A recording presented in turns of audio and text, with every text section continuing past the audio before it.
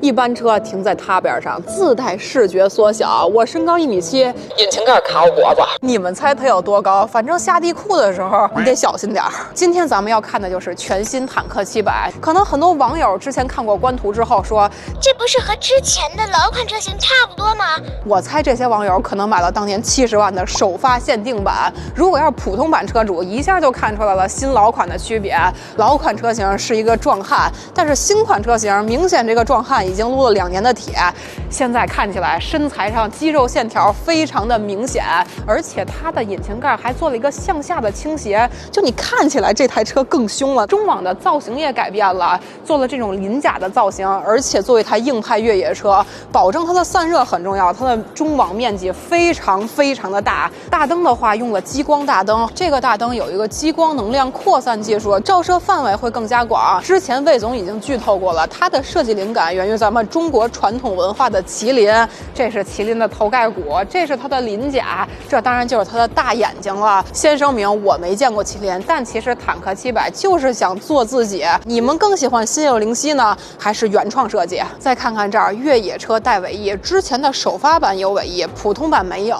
一般越野车对于空气动力学要求不高，因为这个车身造型要么是方盒子，它也长得有棱有角的。这个尾翼是干嘛使的？是为了更好的导流，让车内第2排更安静。家里边小弟400和500都有小蓝灯了，看看700也不能落下。它用的是激光雷达的高阶智驾方案，咱们去穿越去玩的时候，前面有导航的路，你可以靠它。如果没有导航的话，那当然就是越野车的舒适区了。重头戏在这儿呢 ，Hi4Z 这台车用的是 2.0T 的混动，但是玩家们请放心， 3.0T V6 的 Hi4T 还是会有的。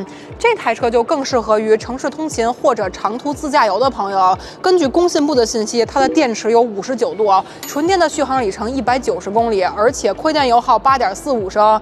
那可能很多朋友说，哎呀，这个越野车不去越野，这不浪费了吗？那大 G 还开往3里屯了。坐进车里，这台车的视野很高，除了车高以外，这台车座也很高。它的座椅最大离地间隙已经超过了1米，就是属于坐得高看得远。和老款的区别，换成怀档，储物空间当然是上下都变大了。还有就是屏幕尺寸，15.6英寸的 2.5K 屏，这个屏幕是防磨的，放在其他车上可能用不上，但是这台车去趟沙漠不就用上了吗？作为一台新能源越野车，独立压缩机的冰箱，还有后排吸顶屏，这个屏幕有一个小细节，就是它有一个色彩矫正。我听产品讲解的时候，对于色弱的朋友，它就能用上了。虽然它的需求可能不那么大，但是很贴心。